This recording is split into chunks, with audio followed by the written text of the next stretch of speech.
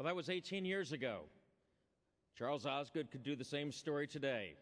And those people would be standing in line in front of some hotel hoping to get a job, and people wouldn't even understand what you contribute and what you bring to a city and what you bring to an economy.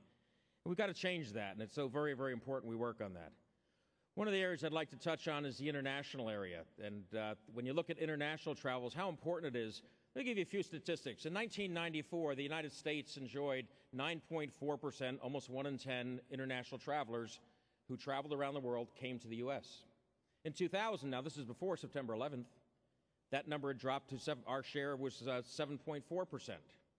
Last year, it was 6%. We've lost 37% of our market share in what was a scant 15 years. Just think what you'd do if your company lost 37% of its market share. You couldn't be here. Yet, at the same time, while that was going on, between 2000 and 2009, the rest of the world grew by 53 million long-haul travelers. During the same time period, the U.S. dropped by 2 million. What's wrong with this picture? One of the greatest destinations in the world that anyone would kill to have everything we have to offer goes down 2 million when the rest of the world goes up by 53 million. Why is it happening? What's the reason? Well, there's 3 reasons. One, it's hard to get a visa. So many of you that depend on international travelers from China, from India, from other parts of the world, from Brazil and Argentina, you know what the effect is when people tell you, I can't be at the show this year because I couldn't get my visa. It's very hard to get a visa in places like China. You can wait 100 days for your interview last summer. Brazil, right now, it's up over 100 days in Brazil to get your visa. About 1980s, there were 27 visa waiver countries where you didn't need a visa. The Western European countries, Japan, Australia, those people we want to do more trade with. And so they were given visa waiver status because then they'd do more business, which they did with the United States. But not one visa waiver country had been added since almost 22 years. Well, we are able to get 9 visa waiver countries added in the last 2 years, the biggest being South Korea, which is a huge benefit. Mark Lieberman, who heads up the LA Inc., the Convention and Visitors Bureau in Los Angeles, says California and Los Angeles, South Korean visits are up 85%. The rest of the world went down last year from visitors from South Korea. The United States had a huge increase. What would happen if we can get visa waiver status for Brazil, for Argentina, for Chile? What would happen if in China you didn't have 6 offices, but you had 60 offices? And you didn't have to wait 100 days, but you get your visa to come to your show in 3 days or 5 days is what it should be. And we're working hard on that and pushing very hard. There's a lot going on in Washington right now to put tremendous pressure on the President, on the State Department to look at these issues and really get visas issued much more quickly and improve the efficiency, do video teleconferencing and things like that. The second area. The perception around the world, some true, some not so true, is when you come into this country, when you clear customs, you're going to be treated rudely or arrogantly. And in many cases, that was the case. People complain all the time. Boy, I watched the Americans just slip right through. I had to stand there for an hour. Boy, and if I say the wrong word, they're going to put me in the penalty box. I say 2 wrong words, they're shipping me back home. And the foreign press is working on that quite a bit. Well, so we're working to get 20 model airports to really take and show that you can have great hospitality and have great security at the same time. But the big issue, the big reason why is we don't promote America. Every other country in the world has discovered, promotion and what the opportunity is to promote their countries. They've discovered that travel and tourism, trade shows, meetings, events are the front door to economic development and prosperity. So countries spend 50 to 150 million. My friends in Mexico spend 100 million a year saying, come to Mexico, while we spend 0. Well, we worked very hard on that. In the last 2 years and 3 years, we pushed and finally got past something called the Travel Promotion Act. And if this picture right here, I'll show you. Here is President Obama actually signing the Travel Promotion Act. He signed it in March.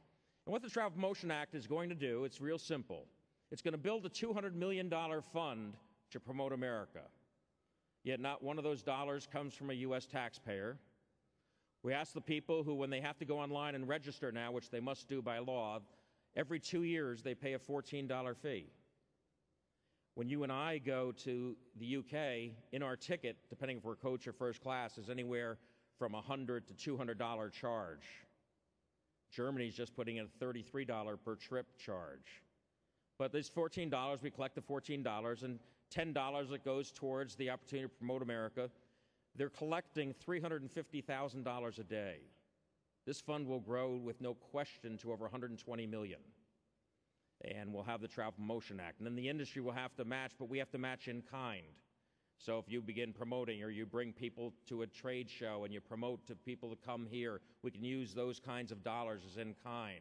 And so we'll finally be promoting the value to America. And when you look at what happens when you think of international travelers, I know you've all seen the impact that it has on your shows. Just being released here at Expo will be the Oxford study on the economic impact of international non-participation in the exhibition industry due to visa issues. You've got to get this report and just read it, and I'm forwarding it right now to the President and to Larry Summers, who's just leaving, but bottom line, we got his year a little bit, and to the people in the Commerce Department. Because what it says is the average visitor that comes to the United States, our data says, spends $4,000 or $5,000 per person. The average person that comes to a trade show, attends, spends $13,000 per person. An exhibitor spends $36,000 per person. You represent the loss of these people not being able to get here is $2.4 billion to the U.S. economy, or 43,000 jobs that we kind of could use right now. And those people that would be here would be paying $750 million in taxes. It's so important that people understand this, and I know you understand it because I talk to so many people that say, my international attendance is down 15%, 18%, 20%. And when someone isn't here, you know, the president wants to double exports. When someone isn't at a trade show, they're not the heavy equipment show, guess what? They're not buying Caterpillar chapters. When they're not at the electronics and the technical shows, they're not buying our products. We're not at all our product shows, they're not buying our products. And the other problem, and I think this is very important, if we don't have our trade shows be global shows, where as you walk around the floor, you hear different languages, you see different folks. If we aren't global, all of a sudden people are going to say we're irrelevant. I want to be at the global shows because it's a global economy. I think I'm going to shift my dollars to Shanghai or Singapore or Dubai, and you see these huge centers being built. So having these people being part of our global shows are so critical. As I said, we've tried to break through, and we've tried to get this message of this misunderstood industry through. And the President had his Export Council meeting about two months ago. And on the Export Council are all the big manufacturers, the Boeings, the Dow Cornings, the organizations like that, the Archer Daniels Midland, and they bring the CEOs together and they talk about how can we increase exports. Well, I want to show you a little video that shows how we broke through.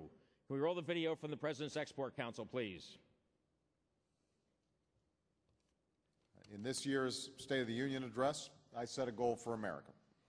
We will double our exports of goods and services over the next 5 years.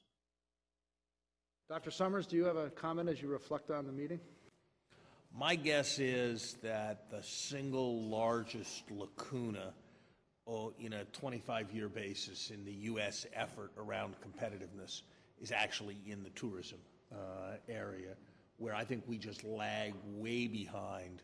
There's a massive coordination problem in terms of no individual has an incentive to promote in the right way, and it's not what people think of when they think of exports. Without getting into economic forecasting of a kind I shouldn't, the current levels of excess capacity in the lodging industry and developments in foreign exchange markets suggests to me that this is probably a particularly propitious time for a substantial initiative in tourism, and I think there's a lot of receptiveness to that in the administration, and you have to help. You have to help to show us how.